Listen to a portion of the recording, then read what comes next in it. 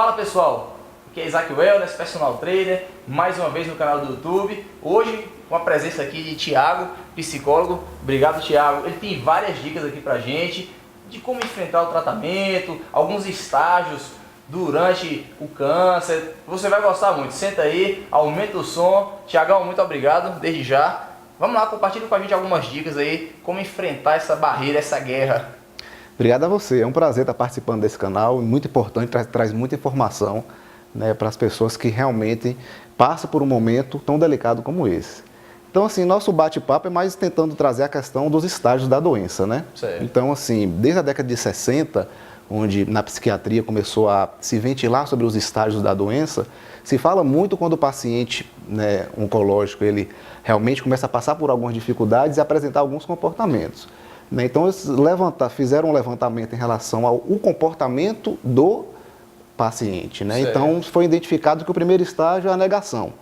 Primeiro é uma negação da doença. O camarada não aceita. Não aceita, né? Ele não aceita e quer também fazer os retestes, né? Quer procurar outros profissionais para ver uma segunda opinião, mas porque existe uma negação no primeiro momento dessa doença. Que é até comum, né? Por exemplo, eu mesmo fui para Salvador buscar outro médico, levei os exames que eu tinha feito.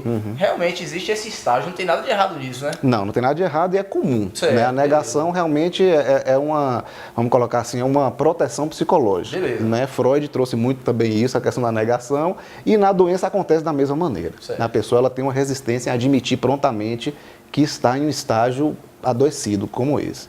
Aí depois disso, porque a pessoa ela realmente passa por esse estágio, ela entra na raiva, né? Ela entra num estágio assim, de mais raivoso, assim, um pouco mais agressivo, né? Responde mais, não tem pouca tolerância, ela fica mais intolerante e é um estágio também natural, né? O segundo estágio. Tá? Quando essa pessoa ela já ultrapassa esse estágio, ela já entra na questão da barganha. Ela já começa a aceitar um pouco essa doença em si e começa a barganhar. Né? É aí também que entra uma questão espiritual, na maioria das vezes, onde ela começa a barganhar até com o próprio poder superior dela, se ela tem ou não. Tá? Então essa barganha também é natural, né? A pessoa começa realmente a tentar desenvolver uma certa, fazer alguma coisa em detrimento de ter um ganho sobre isso. Então passada a barganha ela entra num estado mais depressivo. É natural também nos estágios finais entrar na depressão, que é um comportamento mais da tristeza, né? De saber perceber a sua vida, né? Como passando por uma dificuldade muito grande, ela começa a ficar triste e desenvolver alguns traços depressivos. Também é bastante natural e faz parte do estágio. E o último estágio é a aceitação. Né? Aceitar a doença, aceitar o tratamento, aceitar as condições de vida que ela está naquele momento ali.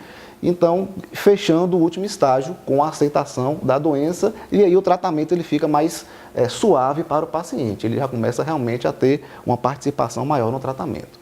Mas esses 5 estágios, eles são realmente estágios que tem que ser, que geralmente se passa, né, pela pessoa em tratamento. Thiago, onde o profissional da psicologia, ele consegue atuar para tentar melhorar ou conduzir esse paciente durante o tratamento? Em que momento a pessoa fala assim, olha, eu preciso de um psicólogo?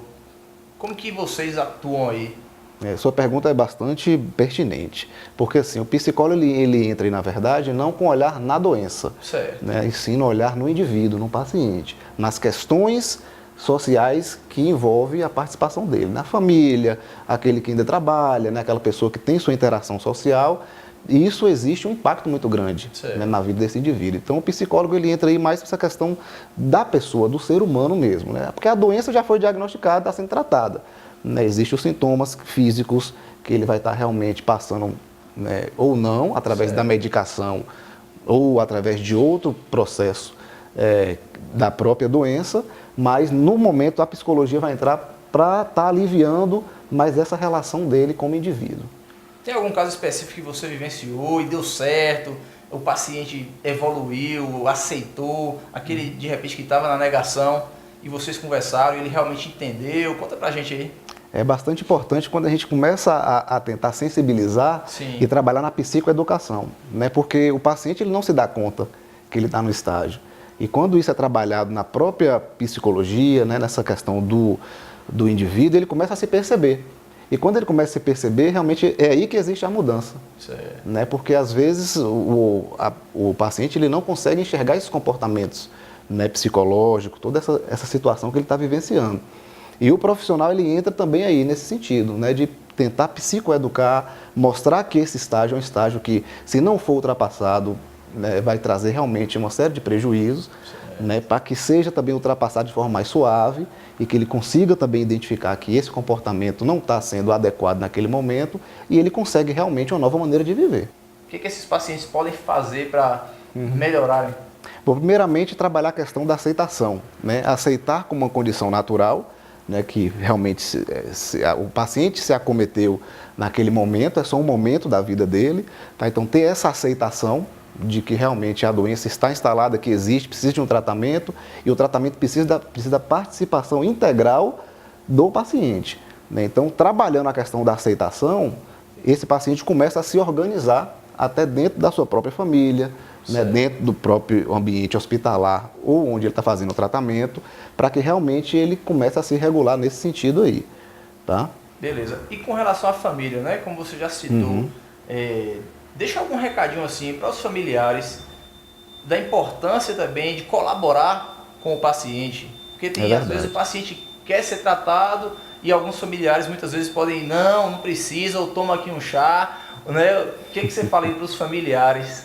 Com certeza. O familiar ele é uma peça importante. Certo. Quando ele trabalha a nível também de informação, né? A família tem que estar informada, tem que saber como lidar com o processo, porque a família também adoece indiretamente. Certo. Né? Existe assim, um adoecimento porque a família é acometida do medo, né? A família é acometida do receio, né? Da possível ausência desse ente querido, e isso gera também uma questão psicológica muito importante na família.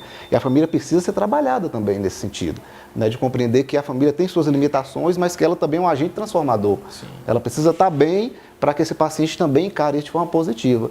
E como você falou, estar mais junto da equipe que trata esse paciente, para evitar também que algumas automedicações, né, com essas questões dos chás, das questões naturais, acabe atrapalhando o paciente nesse sentido. Então a família é sim um agente transformador do tratamento dele. Perfeito. Pessoal, esse foi o nosso bate-papo. Um psicólogo, seja uma psicóloga também que estiver aí à sua disposição, vale a pena sim, invista. Eu tive uma assistência também muito boa no meu tratamento, isso ajudou e facilitou a gente entender, ter clareza do que está acontecendo. Olha, se você gostou também desse bate-papo, compartilhe esse vídeo, deixa a sua curtida aí, deixa algum comentário e se inscreva no canal também. Vai ser uma honra ter vocês aí nos assistindo nos próximos vídeos. Tiagão, muito obrigado. Obrigado a você. Sucesso, hein? Um abraço, pessoal.